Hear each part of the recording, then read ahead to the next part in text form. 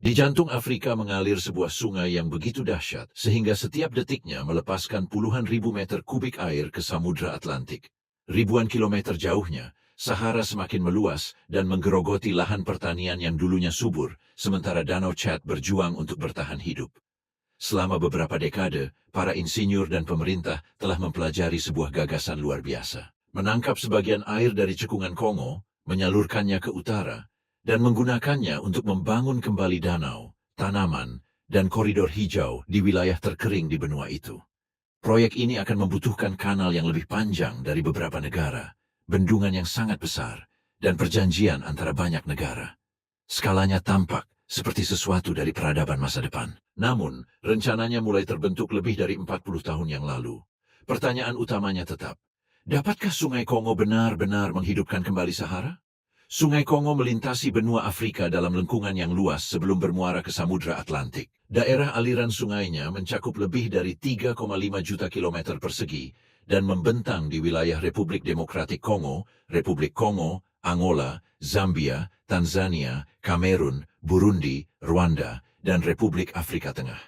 Saluran utama menerima air dari jaringan anak sungai yang sangat besar. Beberapa berasal dari utara Khatulistiwa dan yang lainnya dari selatan, distribusi yang sebagian mengimbangi variasi musiman. Ketika curah hujan berkurang di satu daerah, wilayah lain di daerah aliran sungai dapat terus berkontribusi pada aliran air. Karakteristik ini menjadikan Kongo salah satu sungai yang paling konsisten dan bervolume besar di dunia. Di dekat muaranya, laju aliran rata-rata sekitar 40.000 meter kubik per detik.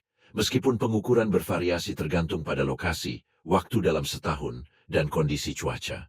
Hanya sungai Amazon yang membawa volume yang lebih besar. Sebagian besar air ini berasal dari air hujan yang didaur ulang oleh hutan hujan, rawa-rawa pedalaman, dan massa udara lembab yang beredar di Afrika Tengah. Hutan hujan Kongo berfungsi sebagai infrastruktur biologis yang luas. Pohon-pohon menyerap air dari tanah dan melepaskannya ke atmosfer melalui transpirasi.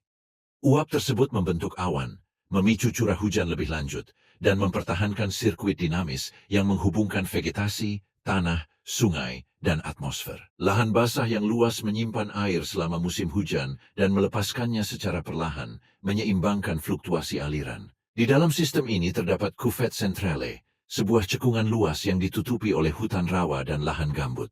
Di bawah permukaannya terdapat cadangan karbon organik yang sangat besar. Stabilitas wilayah ini bergantung pada keberlangsungan air dan keseimbangan yang rumit antara banjir, vegetasi, dan suhu. Oleh karena itu, Kongo mewakili lebih dari sekadar sungai yang membawa air ke laut. Ia adalah arteri utama dari sistem ekologis kompleks yang memengaruhi iklim regional, mempertahankan habitat yang luar biasa, dan menopang jutaan orang. Sekilas, alirannya tampak begitu melimpah, sehingga menghilangkan sebagian kecil pun mungkin tampak tidak signifikan. Kesan ini memunculkan banyak usulan untuk pengalihan air. Jika sungai tersebut mengalirkan puluhan ribu meter kubik per detik ke Samudra Atlantik, mengalihkan sebagian air ke daerah kering mungkin tampak seperti cara logis untuk mendistribusikan kembali sumber daya yang distribusinya buruk.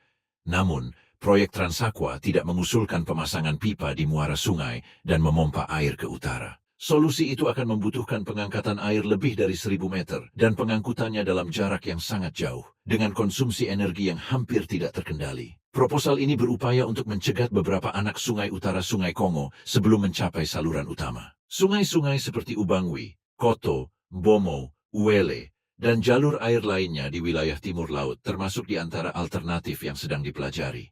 Banyak di antaranya mengalir relatif dekat dengan daerah aliran sungai yang memisahkan cekungan Kongo dari cekungan Chari, sumber air utama untuk Danau Chad. Topografi memungkinkan sebagian transfer air dilakukan dengan gravitasi, mengurangi kebutuhan pemompaan terus-menerus. Dalam versi yang paling ambisius, Transaqua membayangkan pembangunan bendungan di beberapa anak sungai, mengatur alirannya, dan mengumpulkan sebagian air di kanal yang dapat dilayari sepanjang kurang lebih 240 km. Jalur air tersebut akan mengikuti garis kontur hingga melintasi daerah aliran sungai. Kemudian, air akan mengalir ke cekungan Sungai Chari dan akhirnya mencapai Danau Chad. Kanal tersebut akan melayani beberapa fungsi simultan, sebagai saluran air, koridor navigasi, pedalaman, sumber tenaga listrik, tenaga air, dan pusat kegiatan pertanian baru. Beberapa catatan sejarah membayangkan jalan paralel, pelabuhan, industri, dan kota-kota yang tersebar di sepanjang rutenya.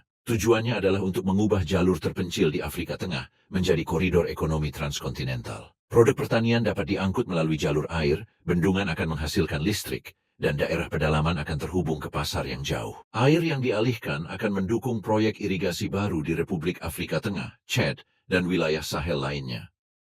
Proposal ini dikembangkan selama tahun 1980-an oleh perusahaan Italia Bonifica.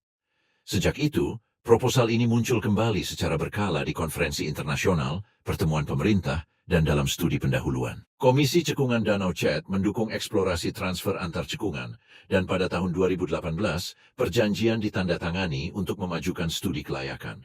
Meskipun demikian, pembangunan proyek besar ini masih jauh dari dimulai dan terus dipenuhi dengan pertanyaan teknis, keuangan, politik, dan lingkungan. Misteri utamanya terletak pada skalanya. Sebuah kanal yang terlihat dari luar angkasa akan melintasi hutan hujan, sabana, sungai, dan wilayah dengan infrastruktur terbatas. Kanal ini harus beroperasi selama beberapa dekade di wilayah yang terkena dampak konflik, erosi, sedimentasi, dan perubahan iklim ekstrim. Kanal ini juga membutuhkan kerjasama internasional yang luar biasa. Air tersebut akan berasal dari satu kelompok negara, mengalir melalui negara-negara lain, dan menghasilkan manfaat di berbagai wilayah. Setiap pemerintah akan memiliki dasar untuk menuntut listrik, jalan raya, hak navigasi, kompensasi finansial, dan jaminan lingkungan. Kongo memiliki cukup air untuk menginspirasi mimpi-mimpi besar, tetapi kelimpahan yang tampak itu menyembunyikan realitas yang kompleks. Setiap meter kubik air memiliki tujuan sebelum mencapai lautan. Air tersebut menjaga lahan basah, mengangkut sedimen, memungkinkan migrasi ikan, mengatur salinitas muara, dan menopang komunitas di tepi sungai. Kemungkinan fisik untuk mengekstraksi air hanyalah awal dari masalah. Tujuan utama pengalihan air tersebut adalah Danau Chad, yang terletak di cekungan dangkal antara Chad, Kamerun, Nigeria, dan Niger. Tidak seperti danau yang dikelilingi pegunungan, konturnya dapat bergeser puluhan kilometer hanya dengan sedikit variasi permukaan air. Perbedaan hanya beberapa meter dapat mengubah area terbuka menjadi rawa, pulau, atau dataran yang ditutupi vegetasi. Danau ini tidak memiliki saluran keluar permanen ke laut. Air masuk terutama melalui sistem sungai Chari dan Logone. Kemudian air tersebut hilang melalui penguapan, infiltrasi, dan konsumsi manusia. Kondisi ini menjadikan danau tersebut sebagai indikator penting keseimbangan antara hujan tropis di selatan dan kekeringan Sahara. Sejarahnya menunjukkan bahwa danau ini tidak pernah menjadi badan air yang stabil. Selama apa yang disebut periode lembab Afrika, yang dimulai setelah zaman es terakhir, hujan monsun menembus jauh lebih ke utara. Pada saat itu, terdapat Mega Chad, sebuah danau pedalaman yang mungkin meliputi ratusan ribu kilometer persegi. Luas permukaannya sebanding dengan beberapa laut saat ini. Bukti masa lalu itu muncul dalam sedimen kuno, pantai yang terangkat, endapan cangkang, dan dasar sungai yang ditinggalkan. Di daerah yang sekarang menerima curah hujan sangat sedikit, masih tersisa tanda-tanda sungai, lahan basah, dan komunitas manusia yang pernah hidup dikelilingi oleh kehidupan perairan. Perubahan dimulai ketika variasi orbit bumi secara bertahap mengurangi jumlah radiasi matahari yang mencapai belahan bumi utara selama musim panas. Monsun Afrika melemah, curah hujan bergeser ke selatan, dan danau yang sangat besar itu terfragmentasi. Sahara secara bertahap memperoleh bentuknya yang sekarang. Danau Chad saat ini merupakan sisa terakhir yang terlihat dari era basah tersebut.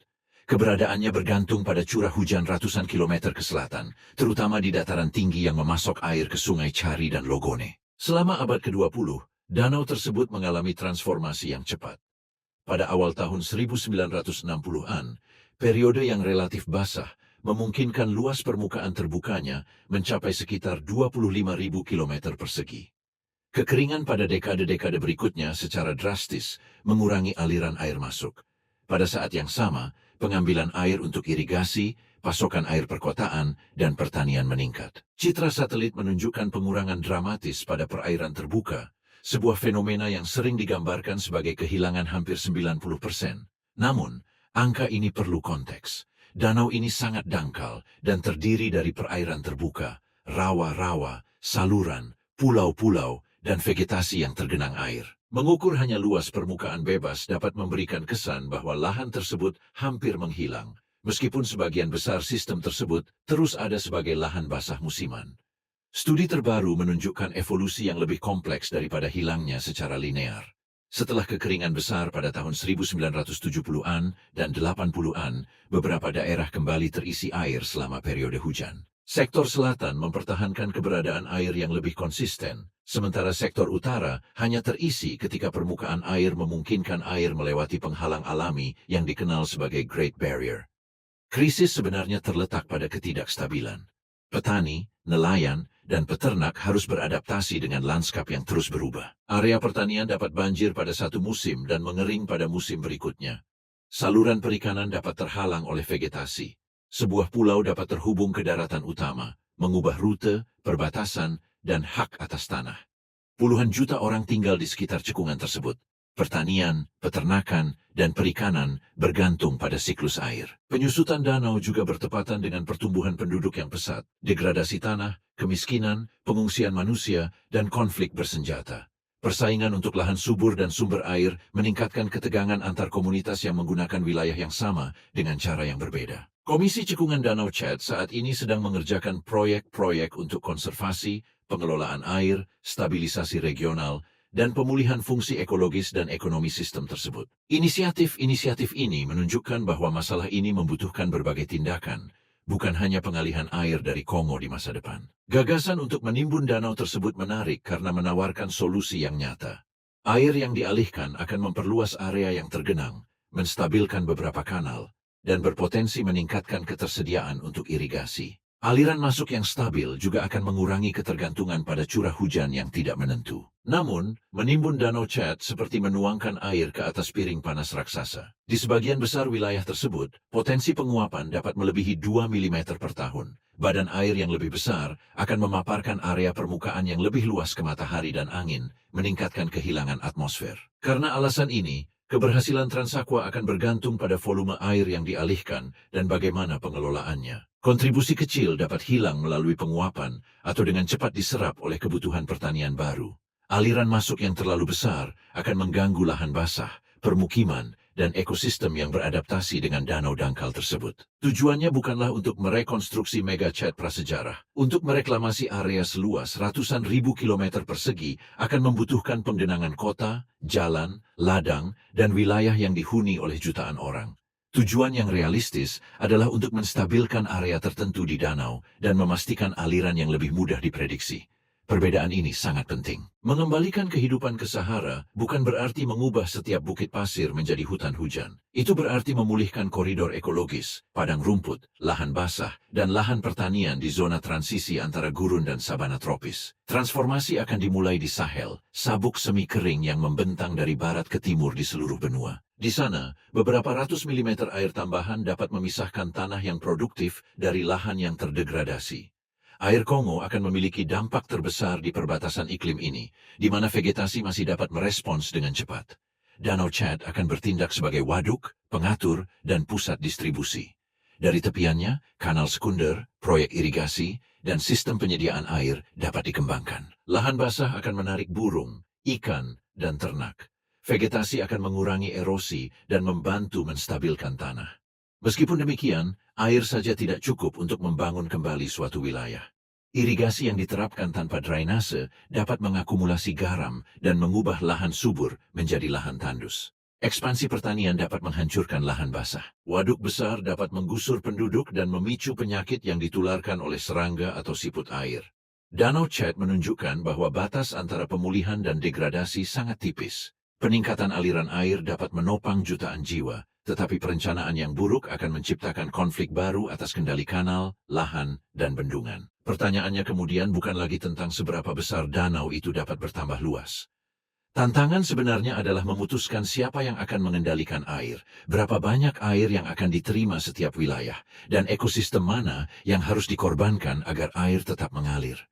Gagasan untuk mengalirkan air dari cekungan Kongo ke Danau Chad berakar pada karakteristik mendasar geografi Afrika. Garis batas daerah aliran sungai memisahkan aliran sungai yang mengalir menuju Atlantik dari aliran sungai yang bermuara di cekungan Chad yang tertutup. Di beberapa daerah, Garis batas ini melintasi dataran tinggi dan sabana yang relatif dekat dengan anak sungai utara Sungai Kongo. Transaqua akan memanfaatkan fitur ini melalui jaringan struktur yang saling terhubung secara luas. Versi proyek yang paling terkenal mengusulkan untuk mencegat sebagian aliran beberapa sungai, menyimpannya di waduk, dan mengalirkannya melalui kanal sepanjang kurang lebih 240 km ke hulu Sungai Chari.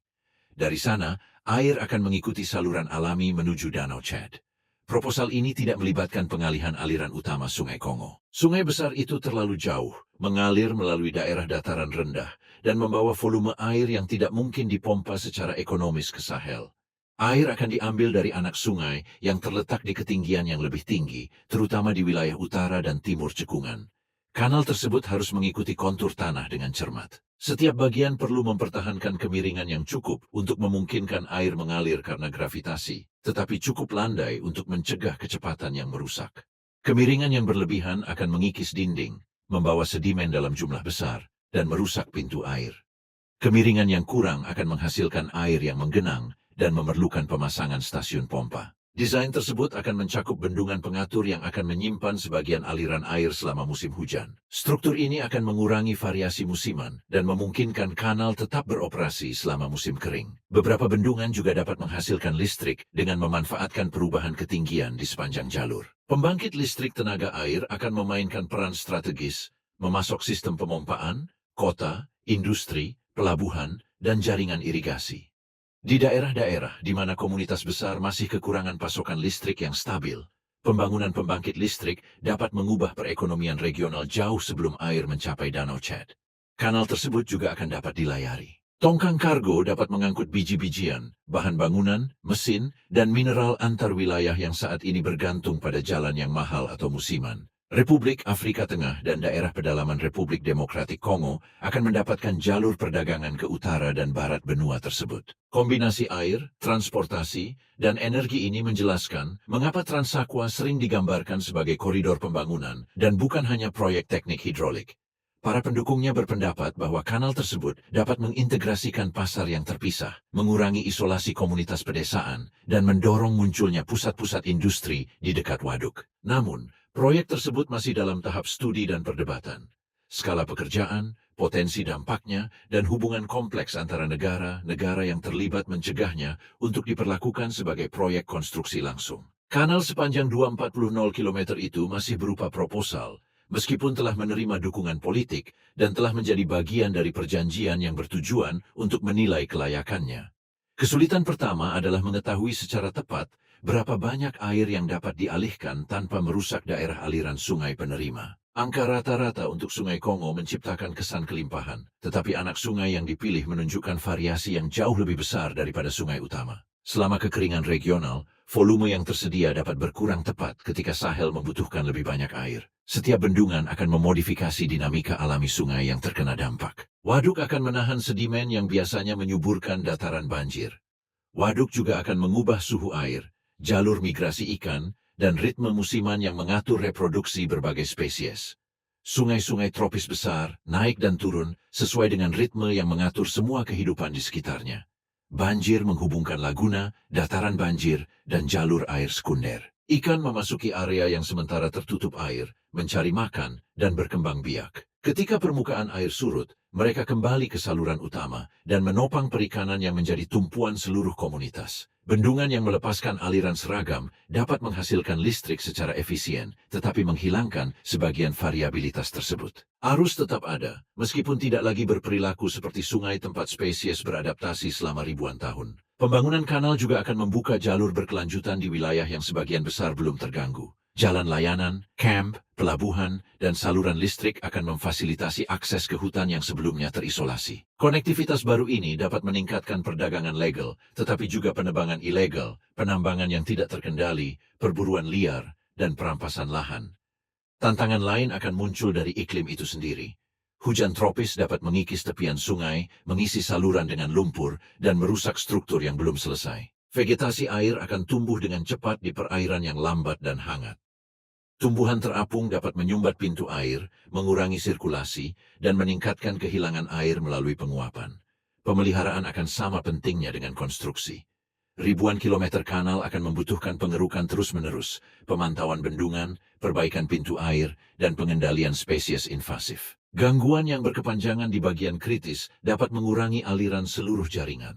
Keamanan akan menambah lapisan kesulitan lain.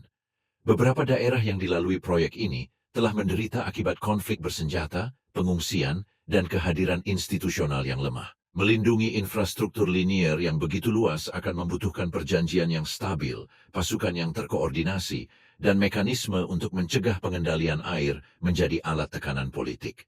Pendanaan harus berkelanjutan selama beberapa dekade. Biaya akhir akan bergantung pada rute, jumlah bendungan, kompensasi sosial, pembangkit listrik, tenaga air, dan infrastruktur pelengkap. Perkiraan yang dikutip untuk proyek ini telah mencapai puluhan miliar dolar, tetapi penilaian definitif akan membutuhkan studi topografi, hidrologi, geologi, dan lingkungan yang jauh lebih rinci. Proyek sebesar ini juga tidak dapat bergantung pada satu negara saja. Air akan diambil dari wilayah milik negara tertentu, mengalir melalui negara lain, dan secara langsung menguntungkan masyarakat yang jauh lebih utara.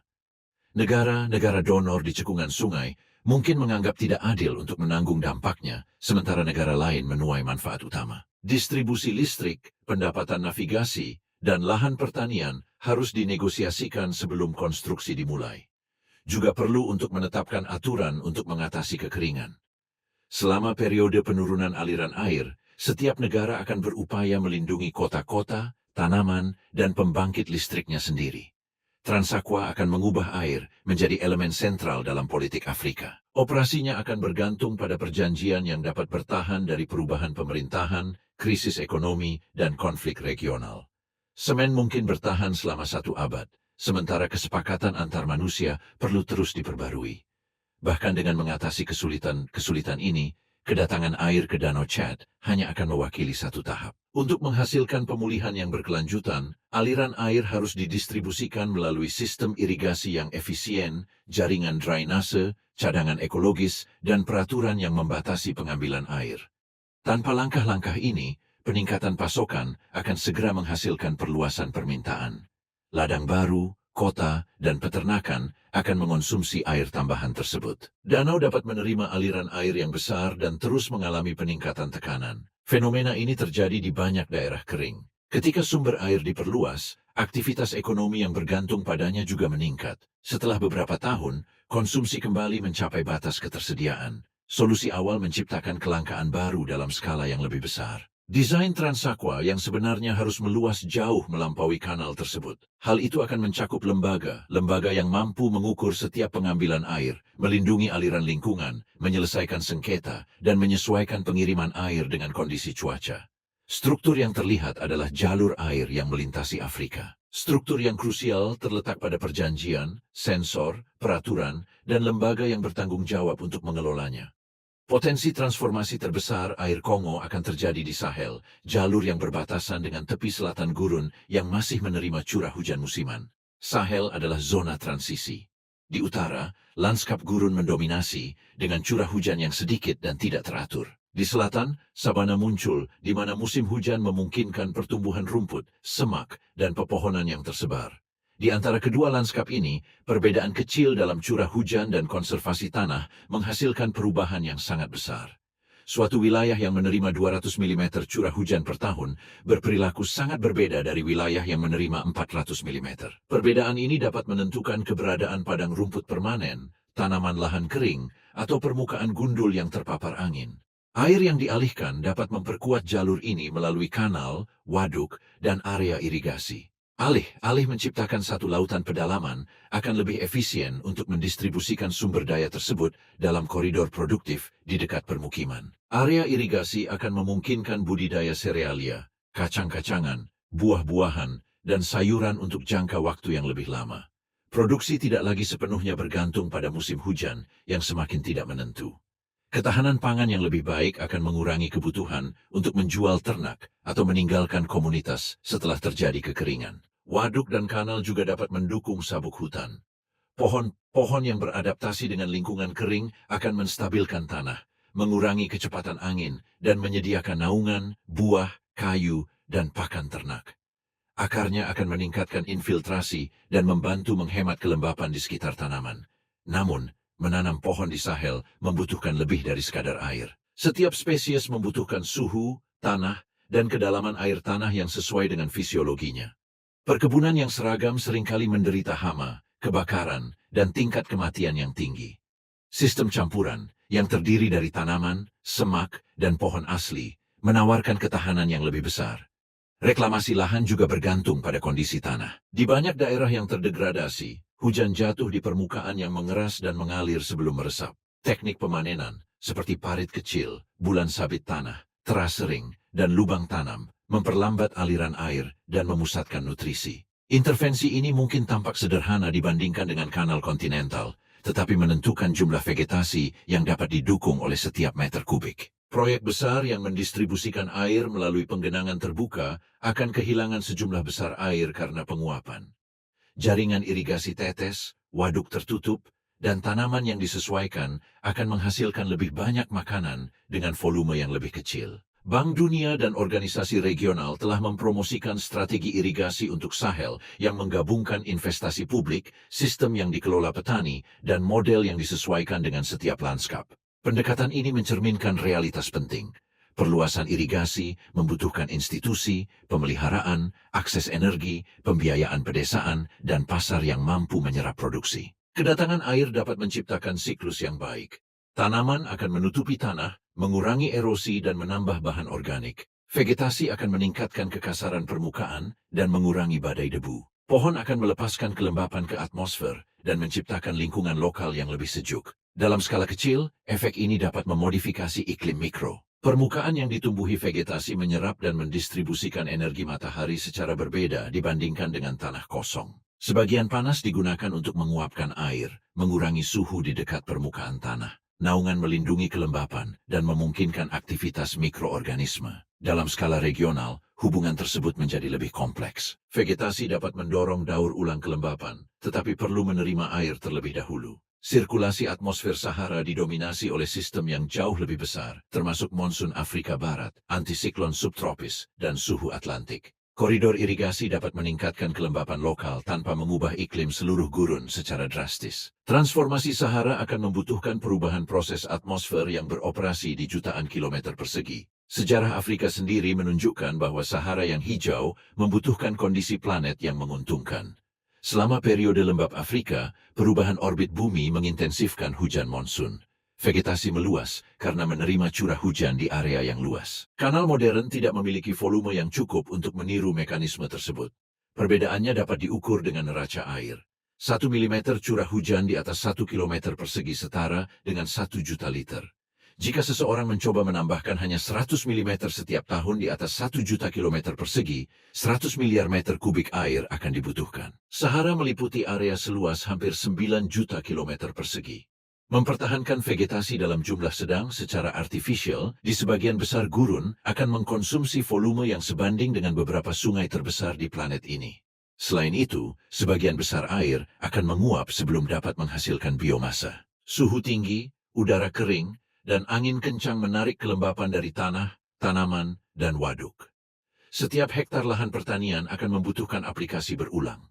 Karena alasan ini, proyek harus berkonsentrasi pada area-area tertentu. Lembah, cekungan, bekas aliran sungai, dan tanah yang lebih subur akan memberikan hasil yang lebih baik daripada hamparan bukit pasir yang luas. Bukit pasir yang bergeser memiliki sedikit nutrisi dan kapasitas retensi air yang rendah. Irigasi intensif akan memungkinkan pertumbuhan sementara beberapa tanaman, tetapi pemeliharaannya akan membutuhkan pasokan yang konstan. Ketika irigasi berhenti, vegetasi akan menyusut. Dataran banjir kuno di Sahel menawarkan kondisi yang lebih menguntungkan. Banyak yang mengandung sedimen halus, akuifer dangkal, dan komunitas yang terbiasa menggabungkan pertanian, perikanan, dan penggembalaan. Di sana, aliran tambahan dapat melipat gandakan produktivitas tanpa membangun sistem buatan sepenuhnya. Air juga dapat mengisi kembali akuifer. Kanal tanpa lapisan akan kehilangan sebagian isinya melalui rembesan, sebuah fenomena yang dianggap tidak efisien dari sudut pandang transportasi, tetapi berpotensi berguna untuk meningkatkan cadangan air tanah. Sumur-sumur di dekatnya akan menampung air untuk jangka waktu yang lebih lama, mengurangi ketergantungan pada waduk terbuka. Pengisian ulang air tanah perlu dipantau dengan cermat. Permukaan air tanah yang terlalu tinggi dapat membawa garam mineral lebih dekat ke permukaan. Ketika air menguap, Garam tersebut terkonsentrasi di dalam tanah dan secara bertahap mengurangi kesuburannya. Salinisasi merupakan salah satu bahaya terbesar bagi pertanian di iklim kering. Air irigasi selalu mengandung mineral terlarut. Di daerah lembab, hujan akan mencuci mineral ini ke lapisan yang lebih dalam. Di Sahel, penguapan menghilangkan air dan meninggalkan garam yang terakumulasi di sekitar akar. Lahan irigasi membutuhkan drainase. Jaringan kanal sekunder harus membuang kelebihan air dan menjaga permukaan air tanah pada kedalaman yang aman. Air yang dialirkan mengandung garam dan memerlukan pembuangan yang terkontrol, karena mengembalikannya langsung ke danau atau sungai dapat merusak ekosistem lain. Produksi pertanian intensif akan menambah pupuk, pestisida, dan limbah organik. Jika zat-zat ini mencapai danau Chad, zat-zat tersebut akan merangsang pertumbuhan alga dan tumbuhan air yang berlebihan. Dekomposisi akan mengonsumsi oksigen dan membahayakan ikan dan spesies lainnya. Oleh karena itu, pemulihan Sahel akan bergantung pada pertanian yang dirancang untuk daerah kering. Tanaman tahan penyakit, rotasi tanaman, irigasi lokal, agroforestry, dan konservasi tanah akan lebih berharga daripada sekadar memperluas monokultur skala besar. Penting juga untuk melindungi mobilitas para penggembala. Selama berabad-abad, banyak komunitas telah memindahkan kawanan ternak mereka mengikuti hujan dan ketersediaan padang rumput musiman. Ladang dan kanal baru dapat menghalangi jalur tradisional dan memusatkan hewan di area yang lebih kecil. Koridor hijau yang direncanakan dengan buruk akan menciptakan pagar, perselisihan, dan hilangnya akses ke air. Sistem terpadu akan menyediakan jalur penyeberangan ternak, titik air, dan area penggembalaan yang terhubung. Kehidupan yang kembali ke Sahara tidak akan hanya terbatas pada pertanian. Lahan basah musiman akan mendukung ikan, burung migran, reptil, dan serangga. Beberapa kanal dapat menjadi ekosistem baru, sementara yang lain akan memfasilitasi penyebaran spesies invasif dan penyakit. Air permanen mendukung perkembangbiakan nyamuk. Waduk dan kanal yang mengalir lambat juga dapat memperluas habitat siput yang menularkan parasit. Manfaat pertanian harus disertai dengan pemantauan kesehatan, sanitasi, dan pengendalian hayati. Hasil yang paling realistis adalah mosaik. Akan ada kota-kota yang disuplai, area budidaya intensif, hutan pertanian, padang rumput yang dipulihkan, dan lahan basah yang dilindungi. Hamparan kering, bukit pasir, dan lanskap gurun akan terus ada di antara mereka. Mozaik ini dapat menopang jutaan orang tanpa menghapus identitas alami Sahara. Transformasi besar akan terjadi di tepiannya, di mana gurun meluas atau menyusut tergantung pada keseimbangan antara air, vegetasi, dan aktivitas manusia. Transaqua dapat mendorong proses ini, tetapi tidak akan pernah bertindak secara terisolasi. Kanal tersebut akan mengalirkan air. Pemulihannya akan bergantung pada bagaimana setiap tetes air digunakan setelah melewati batas benua. Sungai Kongo memiliki aliran yang luar biasa, dan kedekatannya dengan hulu yang memasok Danau Chad menjadikan transfer air sebagai kemungkinan yang secara teknis dapat dibayangkan. Proyek-proyek seperti Transaqua menunjukkan bahwa gagasan tersebut melampaui ranah fantasi. Ada rute yang telah dipelajari, proposal untuk bendungan, kanal yang dapat dilayari, pembangkit listrik, tenaga air, dan koneksi ke Sungai Chari. Namun, kemampuan untuk membangun proyek semacam itu tidak menjamin keberhasilannya. Air harus menempuh ribuan kilometer, melintasi beberapa negara, dan tetap berada dalam sistem yang rentan terhadap sedimentasi, penguapan, ketidakstabilan politik, dan biaya perawatan yang tinggi. Setiap bendungan akan mengubah dinamika anak Sungai Kongo, sementara setiap area irigasi baru akan meningkatkan permintaan di masa depan. Batasan utamanya terletak pada skala. Sahara meliputi jutaan kilometer persegi dan kehilangan volume air yang sangat besar melalui penguapan. Tidak ada kanal yang dapat mengubah seluruh gurun menjadi hamparan hijau tanpa mengambil air dalam jumlah yang mampu merusak daerah aliran sungai sumber secara parah. Gambaran Sahara yang sekali lagi ditutupi oleh hutan, danau, dan sabana adalah hasil dari transformasi iklim yang jauh lebih besar daripada proyek rekayasa apapun. Dampak yang paling realistis akan terkonsentrasi di Sahel dan cekungan Danau Chad. Di sana, aliran air tambahan dapat menstabilkan lahan basah, memulihkan padang rumput, memperluas area pertanian, dan mengurangi kerentanan masyarakat yang rentan terhadap kekeringan berulang. Air tersebut juga memungkinkan pembangkitan listrik, peningkatan navigasi pedalaman, dan penghubungan wilayah-wilayah yang saat ini terisolasi. Manfaat ini akan bergantung pada pengelolaan yang ketat. Irigasi akan membutuhkan drainase untuk mencegah salinisasi. Ladang baru harus menghormati jalur ternak dan ekosistem alami. Waduk akan membutuhkan pemantauan kesehatan, sementara negara-negara yang terlibat harus menyepakati cara mendistribusikan air, listrik, dan pendapatan yang dihasilkan. Melindungi cekungan Kongo juga sangat penting. Sungai-sungainya mendukung hutan dataran banjir, perikanan, lahan gambut, dan masyarakat yang bergantung pada banjir musiman. Pengambilan air yang dihitung hanya berdasarkan aliran rata-rata akan mengabaikan fungsi ekologis yang penting. Sebelum membangun kanal, perlu ditentukan berapa banyak air yang dapat diambil selama setiap musim tanpa mengganggu stabilitas sistem. Jawaban akhir mengandung dua realitas. Sungai Kongo dapat membantu merevitalisasi wilayah Sahel yang terdegradasi, mengisi kembali Danau Chad, dan menciptakan koridor produktif di tepi Sahara. Namun, sungai ini tidak memiliki volume yang cukup untuk melakukan reforestasi permanen di seluruh gurun. Masa depan kawasan ini kemungkinan besar akan bergantung pada kombinasi faktor yang lebih luas. Pengalihan air dapat dilakukan bersamaan dengan restorasi tanah, agroforestry, pemanenan air hujan, irigasi efisien, energi surya, dan pengelolaan akuifer berkelanjutan. Tidak ada satu langkah pun yang akan menyelesaikan tantangan yang terdiri dari iklim, kemiskinan, pertumbuhan penduduk, dan degradasi lingkungan. Transaqua mewakili salah satu keputusan paling mendalam yang dapat dibuat Afrika tentang geografinya sendiri.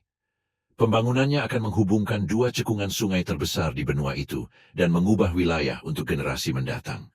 Jika diimplementasikan dengan pengetahuan ilmiah, kerjasama internasional, dan batasan lingkungan yang ketat, proyek ini dapat mengubah sebagian Sahel. Jika diimplementasikan sebagai proyek ekstraksi air sederhana, proyek ini hanya akan menggeser krisis dari satu wilayah ke wilayah lain. Kongo mempertahankan kapasitas untuk mendorong pemulihan yang terbatas dan strategis. Pertanyaan sebenarnya bukan lagi apakah air dapat mencapai Sahara, tetapi apakah masyarakat yang bertanggung jawab untuk menyalurkannya dapat menggunakannya tanpa menghancurkan sistem yang menghasilkannya.